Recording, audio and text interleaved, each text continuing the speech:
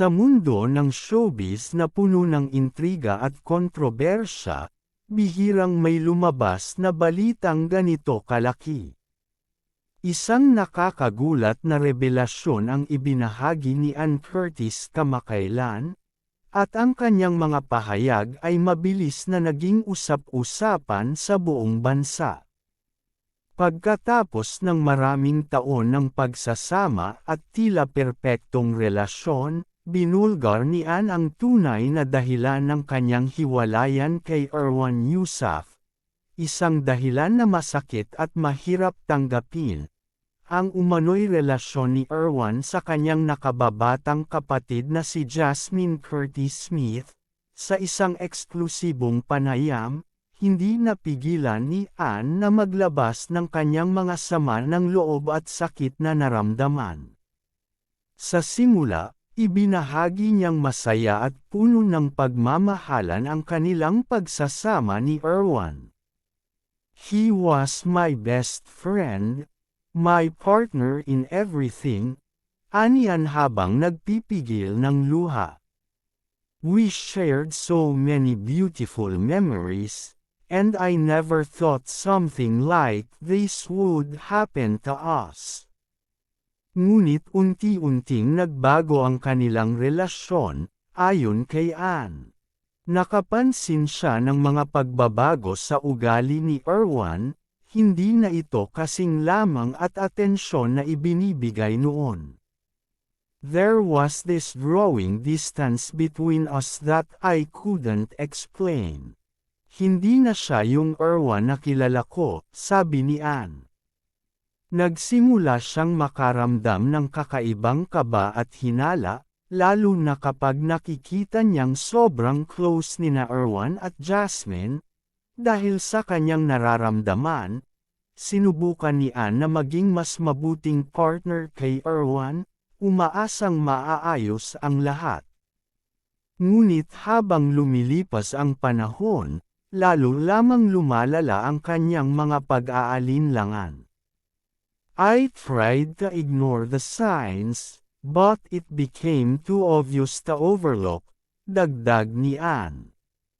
Sa kabila ng kanilang mga heart-to-heart conversations, tila laging may puwang sa pagitan nila. At unti-unti niyang naramdaman na hindi na sila nasa parehong pahina. Ang mga hinala ni Ann ay tuluyang napatunayan nang makuha niya ang ilang mga mensahe sa telepono ni Erwan. Sa mga mensaheng ito, nakita niya ang mga palitan ng pag-uusap nina Erwan at Jasmine, mga mensahe na nagpapakita ng malalim na koneksyon sa pagitan ng dalawa na hindi na lamang simpleng kapatiran. "It was devastating to see those messages," ani Ann, na hindi na napigil ang maging emosyonal. "Parang isang malaking dagok sa akin, hindi lang dahil sa partner ko, kundi dahil din sa kapatid ko." Ibinahagi rin ni Ann na ang pinakamasakit sa lahat ay ang pakiramdam na tila pinagkaaitan siya ng dalawang mahalagang tao sa kanyang buhay. "It felt like a betrayal on so many levels," ani Ann. "Erwan was the person I loved and trusted the most, and Jasmine, she's my sister, my blood. It's unimaginable to think that the two people closest to me could do this."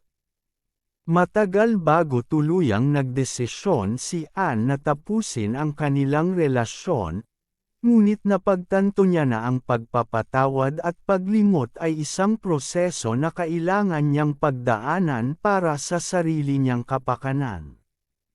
"I had to let go," pag-amin ni Ann. "For my own peace of mind, for my daughter, and for my own healing." Hindi madali, pero alam kong ito ang tamang desisyon para sa akin. Aminado si Ann na ang naging hiwalayan nila ni Erwan ay nagdulot ng matinding kalungkutan at panghihinayang, ngunit ngayon ay mas nakatuon siya sa kanyang anak na si Dahlia. "Dahlia is my light in all of this darkness," sabi ni Anne. "She's the reason I keep going, kahit gaano kahirap." Sa kabila ng lahat ng nangyari, umaasa si Anne na sa paglipas ng panahon ay maghihilom ang mga sugat na dulot ng kanilang hiwalayan, hindi lamang para sa kanya, kundi para rin sa kanyang pamilya.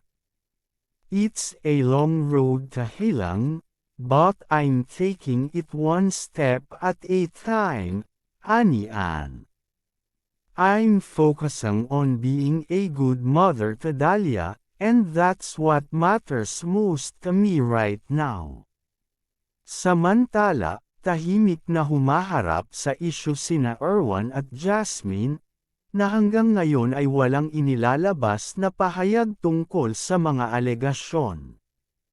Marami ang nag-aabang sa kanilang magiging tugon, ngunit ang kanilang pananahimik ay lalo lamang nagpapatindi sa mga espekulasyon ng publiko.